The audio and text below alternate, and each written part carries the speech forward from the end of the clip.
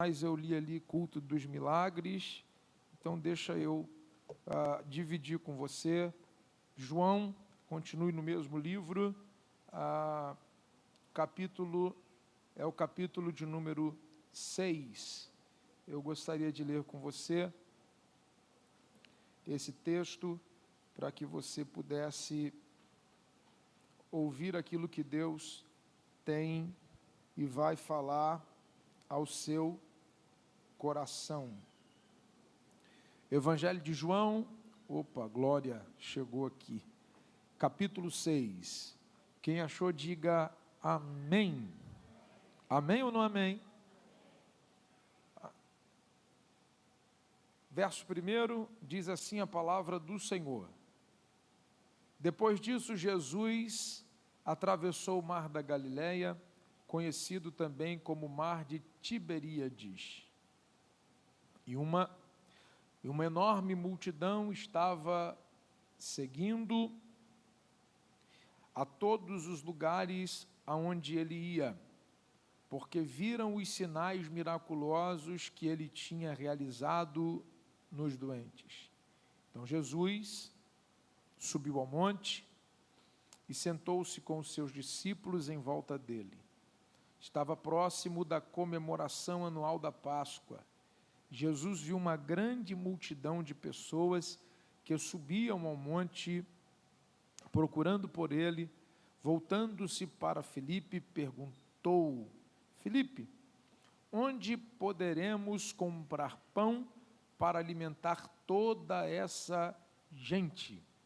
Ele estava colocando Filipe à prova, porque já sabia o que ia fazer. Filipe respondeu: seria preciso uma fortuna, 200 denários não seriam suficientes para que cada uma dessas pessoas recebesse um pedaço de pão.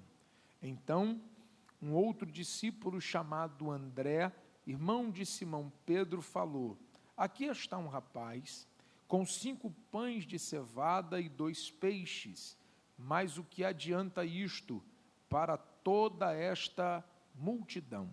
Jesus ordenou, diga para todo mundo assentar-se, e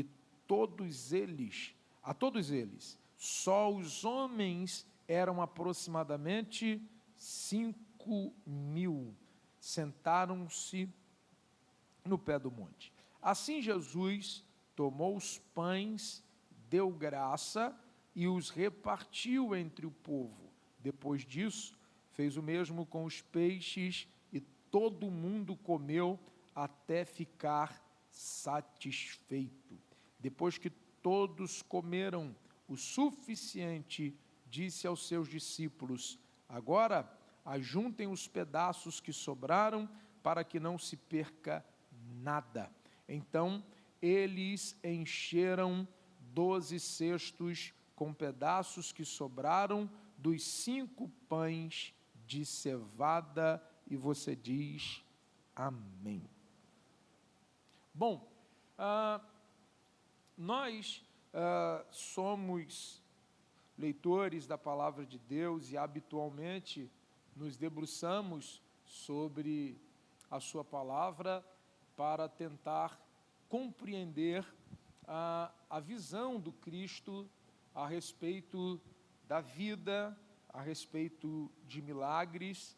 E às vezes nós, dentro das nossas necessidades, acabamos nos perdendo dentro da visão. Por que eu posso lhe dizer isso? Porque às vezes olhamos para o contexto do texto que eu li com você, a gente talvez identifique, tanto como André e como Filipe, uma necessidade a ser suprida e não uma visão a ser compreendida. Há peculiaridades dentro dos evangelhos. E por que eu me refiro a uma visão a ser compreendida? Porque dos 35 milagres que Jesus opera no exercício do seu ministério, diferentemente do que nós observamos no Evangelho de João, porque tudo aquilo que pelos outros evangelistas é tratado por milagre, na visão de João, eles são sinais. E talvez um texto que assim eu amo de paixão é Marcos 2, quando descem o paralítico pelo telhado e de repente Jesus diz: perdoados estão os teus pecados. Parece que frustrante para quem carregou o paralítico. A minha ideia não era que ele tivesse os pecados perdoados, mas que ele fosse de verdade curado, e de repente alguém questiona o fato dele perdoar o pecado do paralítico, e aí Jesus diz a seguinte expressão: o que é mais fácil lhe dizer? Perdoar os pecados ou levanta, toma a tua cama e anda? Então, o que me apaixona no Cristo que eu sirvo? Ele não conhece dificuldade. Dentro deste propósito, e aqui é que está a chave, eu preciso compreender o propósito, mas cada um evangelista, por exemplo, na ótica de Mateus, quando você abre em Mateus 14, Mateus vai falar para nós que a multidão se aproximava e ele curava a todos. Isso está chamando a atenção de Mateus. Mateus parece que quer revelar para nós um Cristo que está curando, um Cristo que está fazendo milagres. Quando você abre na perspectiva de Marcos, no capítulo 6, quando ele vai narrar a respeito deste milagre, Marcos vai falar de um Cristo que se compadece da multidão. Então a visão de Mateus é de um Cristo que cura, a visão de Marcos é de um Cristo que se condói, que sente a dor do outro, que se coloca no lugar do outro, que tem empatia pelo outro, que consegue assimilar a dor daquelas pessoas que o buscam, e por isso ele as atende. Então Mateus tem a visão de um Cristo que cura, mas Marcos tem a visão de um Cristo que se compadece, de um Cristo que consegue se colocar no lugar do outro, sentir a dor do outro. Só que quando você abre em Lucas, no capítulo 9, falando do mesmo milagre, Lucas vai dizer assim: e ele os ensinava a respeito do evangelho do reino. Então a gente olha para Mateus, olhando dentro do mesmo cenário, a sua perspectiva, ele é cura. Na perspectiva de Marcos, ele é compaixão. Na perspectiva de Lucas, ele é alguém que está disposto a ensinar o evangelho do reino, mesmo no meio das adversidades, da escassez, da dificuldade, da falta, da ausência. Aprendizado, trazer a nós lições para que a gente compreenda que o seu reino precisa ser anunciado a despeito das nossas necessidades, mesmo que eles a venham suprir. Na visão de João, ele quer revelar para nós, dentro da perspectiva desse milagre, a respeito de um Cristo que, dentro da sua concepção, quer provar a fé, mesmo sabendo o que ele já vai fazer. Isso aqui para mim traz muita paz na minha alma. Quando eu não sei o que fazer, estou no meio de uma prova que está doendo, e aí eu leio um texto dizendo que ele está me provando, mas ele já sabe o que ele vai fazer. Poxa, eu acho que valia um glória. Então eu queria que você fosse alguém que animasse esse irmão que está do seu lado, pois eu não sei o estado que ele chegou, mas dissesse para assim: tranquiliza a alma, tenha paz no coração, descansa, pois, em Deus, porque a despeito da prova que você está vivendo, você pode até não saber qual é o final da história, mas o Cristo que você serve te provando já sabe o que vai fazer.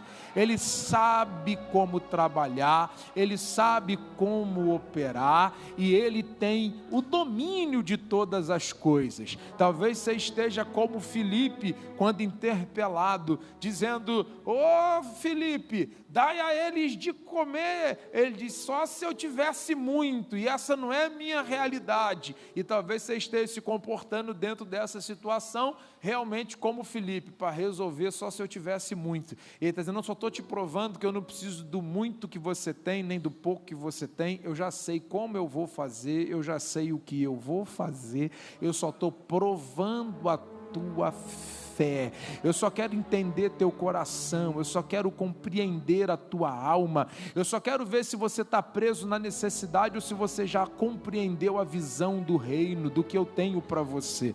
Posso profetizar para alguém que tem mão para levantar e boca para dar glória? Vou te falar que no tempo inoportuno ou no momento errado, talvez com mão de obra e material adequado, tu não pegue nada, como Pedro passando a noite toda no mar e pegando peixe nenhum, mas no momento oportuno, na hora adequada, com Cristo no barco, você nem lança rede, é o peixe que pula no teu barco. Então tranquiliza a alma, que eu vim aqui liberar uma palavra para alguém que tem mão para levantar e boca para receber. Esse deserto não vai impedir do meu Cristo fazer o que Ele tem para fazer.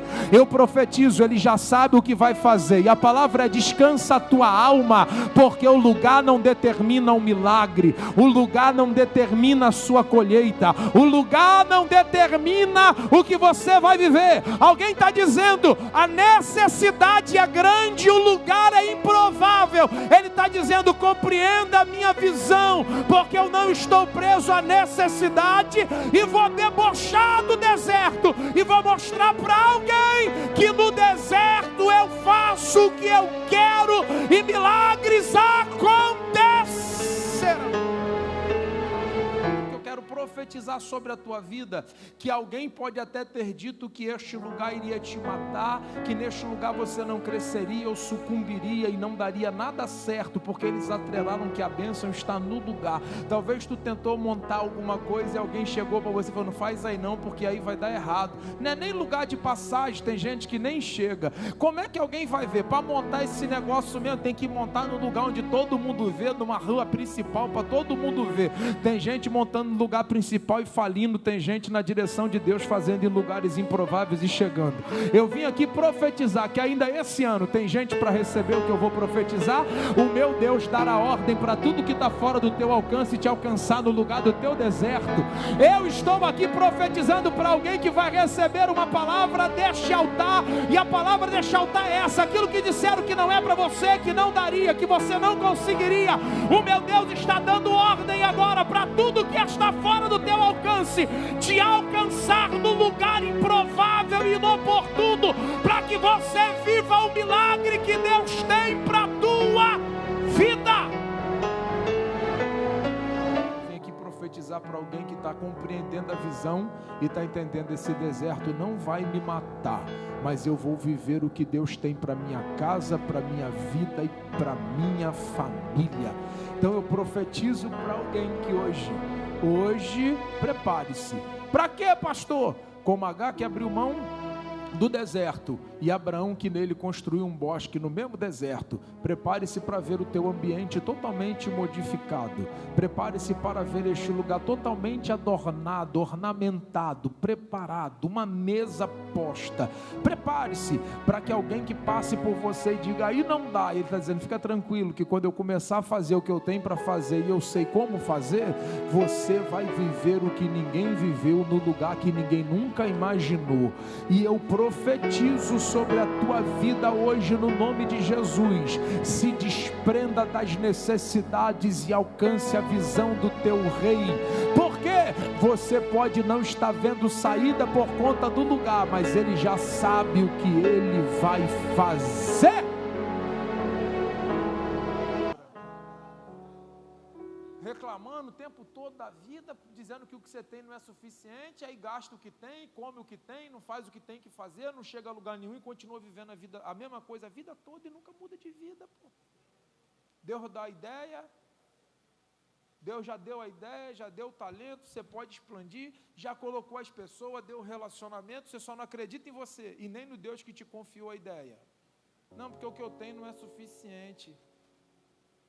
Meu pai falava umas paradas para mim que meu pai era doido. Meu pai falava assim, trabalhar para pobre é pedir esmola para dois. Já ouviu? E meu pai falava, para ganhar salário é melhor vender água no sinal, que tu vai ganhar mais empreendendo do que trabalhando para os outros. E meu pai falava um negócio que parecia ditado de vagabundo. Meu pai falava assim, quem trabalha não tem tempo para ganhar dinheiro. Eu falei, rapaz, pelo amor de Deus, em nome de Jesus, sangue do Cordeiro tem poder. Mas às vezes a gente está tão focado no que a gente está fazendo e preso àquilo ali, que a gente acaba às vezes não se desprendendo. A gente fica na ideia do mico. Já viu a armadilha de mico? Nada prende ele, é só uma garrafa e uma banana, mas ele está tão preso à banana que ele não solta a banana e fica preso na garrafa. Se ele soltar a banana, ele está livre, mas ele está tão apegado à banana que ele está com medo de achar que vai soltar a banana e não vai ter ela. Nunca viu não? Quem já caçou mico aqui sabe como é que é a armadilha. É uma banana inteira dentro da garrafa, o mico enfia a mão e não consegue tirar. Se ele abrir a mão, ele está livre, mas ele está tão preso na banana que ele não consegue abrir mão para viver. É algumas pessoas mesmo que ficam com a vida financeira igual o mico, preso na banana, não larga a banana e não consegue ver que é livre para crescer e prosperar e viver o que Deus tem para a vida, porque está achando que o que tem não é suficiente. Quem foi que falou que ele precisa do que você tem para fazer o milagre que ele precisa fazer? A tua visão da necessidade está te impedindo de compreender a visão do propósito, pô. O que a mulher tem é insuficiente para pagar a dívida, mas depois que o profeta liberou a palavra, deu para pagar a dívida, viver do resto. A viúva estava com um pouquinho de farinha e de azeite, falou, vou comer e vou morrer. O profeta, vai nada, vai durar 3 anos e meio, a farinha na panela não vai acabar, o azeite da botija não vai faltar, e eu vou derramar chuva na terra, tu ainda vai colher do que a terra vai produzir. Morte não é para agora não, tem muita coisa para fazer na tua vida ainda. Para de ficar lamentando e achando que o que você tem não é suficiente. O meu Deus vai debochar do que tu tem e vai mostrar para você que não precisa de nada do que você tem para fazer o que ele precisa fazer. Então profetiza para alguém que está do seu lado, sacode esse crente que está aí, acorda pelo amor de Deus, diga para ele, acorda pelo amor de Deus, o lugar não determina quem você vai ser, diga para ele, acorda pelo amor de Deus, ele não respeita tempo e no tempo dele ele vai fazer o que você precisa. Acorda pelo amor de Deus, ele não precisa do que você tem, ele só precisa que você comece com o que você tem.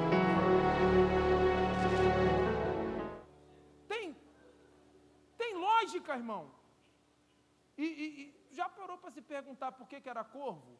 Porque para judeu corvo é impuro, está 3 anos e meio de seca. Deus está usando o impuro para levar algo fresco, para alimentar um profeta, para que ninguém interpele o que está chegando na tua casa no meio do caminho. Porque se fosse animal limpo, o flecheiro pegava, lançava, matava, ainda comia a comida do profeta. Aí Deus bota o improvável, sem lógica, na boca do imundo para abençoar o profeta dentro da caverna, para ninguém pegar o que é teu no meio do caminho. Pelo amor de Deus. Eu vim aqui profetizar para alguém que acredita que o improvável, sem lógica, vai acontecer na tua vida. Para de querer ficar buscando lógica naquilo que Deus tem para fazer. Sério mesmo? Mas você nasceu na igreja. Quer aceitar Jesus? Então você pode aplaudir ao Senhor, tem uma vida aqui no altar. Que Deus te abençoe, tá bom? Uma alegria. Dioguinho, pode cantar.